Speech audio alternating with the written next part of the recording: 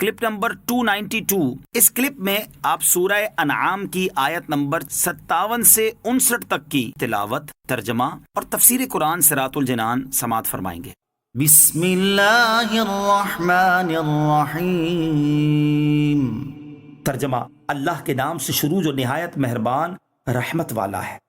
قل انی علی بینۃ من ربی وکذبتم بہ ما عندی ما تستعجلون بہ ان الحکم الا للہ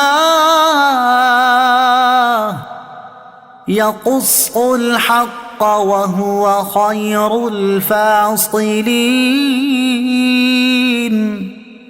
قل لو ان عندی ما تستعجلون به لقضی الامر بینی وبینکم واللہ اعلم بالظالمین۔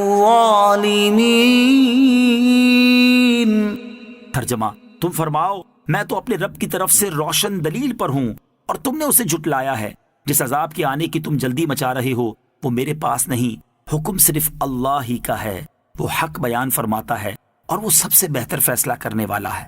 تم فرماؤ اگر وہ عذاب میرے پاس ہوتا جس کی تم جلدی مچا رہے ہو تو میرے اور تمہارے درمیان معاملہ ختم ہو چکا ہوتا، اور اللہ ظالموں کو خوب جانتا ہے۔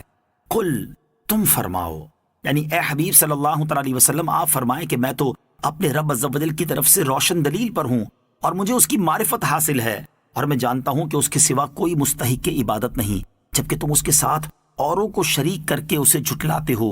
یہاں روشن دلیل قرآن شریف، معجزات اور توحید کے واضح دلائل سب کو شامل ہیں۔ ما عندی ما تستعجلون بہ، جس کی تم جلدی مچا رہے ہو وہ میرے پاس نہیں۔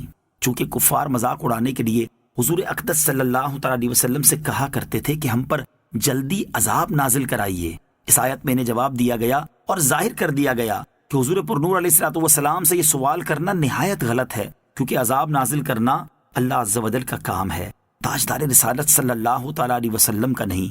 ہاں اگر سرکار دو عالم علیہ الصلوۃ والسلام اس کے لیے دعا کر دیں تو بات جدا ہے، جیسے حضرت نوح علیہ الصلوۃ والسلام کی دعا سے قوم نوح تباہ ہوئی، اور حضرت موسیٰ علیہ الصلوۃ والسلام کی دعا سے فرعون اور اس کی قوم تباہ ہوئی، اور دیگر انبیاء کرام علیہ الصلوۃ والسلام کی دعاؤں سے ان کی قومیں تباہ ہوئیں۔ ایسے ہی حبیب کریم صلی اللہ تعالی علیہ وسلم کی دعا سے کفار مکہ بھی برباد ہو جاتے۔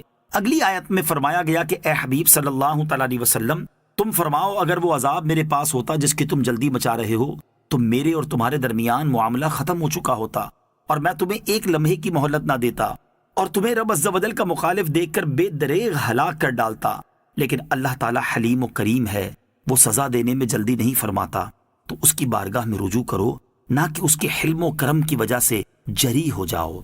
وعنده مفاتح الغیب لا يعلمها الا هو وَيَعْلَمُ مَا فِي الْبَرِّ وَالْبَحْرِ وَمَا تَسْقُطُ مِنْ وَرَقَةٍ إِلَّا يَعْلَمُهَا وَلَا حَبَّةٍ فِي ظُلُمَاتِ الْأَرْضِ وَلَا رَطْبٍ وَلَا يَابِسٍ إِلَّا فِي كِتَابٍ مُبِينٍ۔ ترجمہ: اور غیب کی کنجیاں اسی کے پاس ہیں، ان کو صرف وہی جانتا ہے، اور جو کچھ خشکی اور تری میں ہے وہ سب جانتا ہے، اور کوئی پتا نہیں گرتا اور نہ ہی زمین کی تاریکیوں میں کوئی دانہ ہے مگر وہ ان سب کو جانتا ہے، اور کوئی تر چیز نہیں نہ ہی خشک چیز مگر وہ ایک روشن کتاب میں ہے۔ وَعِندَهُ مَفَاتِحُ الْغَيْبِ، اور غیب کی کنجیاں اسی کے پاس ہیں۔ تفسیر عنایت القاضی میں ہے یہ جو آیت میں فرمایا کہ غیب کی کنجیاں اللہ ہی کے پاس ہیں، اس کے سوا انہیں کوئی نہیں جانتا، اس خصوصیت کے یہ معنی ہے کہ ابتداءً بغیر بتائے ان کی حقیقت دوسرے پر نہیں کھلتی۔ اور تفسیر ساوی میں ہے یہ آیت کریمہ اس بات کے منافی نہیں کہ اللہ تعالیٰ نے بعض انبیاء کرام علیہ الصلوۃ والسلام اور اولیاء کو بعض چیزوں کا علم غیب عطا فرمایا ہے۔ اللہ تعالیٰ ارشاد فرماتا ہے عالم الغیب فلا یظہر علی غیبہ احدا، الا من ارتضى من رسول۔ ترجمہ، غیب کا جاننے والا تو اپنے غیب پر کسی کو مسلط نہیں کرتا سوائے اپنے پسندیدہ رسولوں کے۔ علم غیب سے متعلق تفصیلی معلومات حاصل کرنے کے لیے اعلیٰ حضرت امام احمد رضا خان کی کتاب الدولۃ المکیہ بالمادۃ الغیبیہ، یعنی علم غیب کے مسئلے کا دلائل کے ساتھ تفصیلی بیان، اور فتاوی رضویہ کی 29ویں جلد میں موجود ان رسائل کا مطالعہ فرمائیں۔ نمبر 1، ازاحۃ العیب بسیف الغیب، علم غیب کے مسئلے سے متعلق دلائل اور بد مذہبوں کا رد۔ نمبر 2، خالص الاعتقاد، علم غیب سے متعلق 120 دلائل پر مشتمل ایک عظیم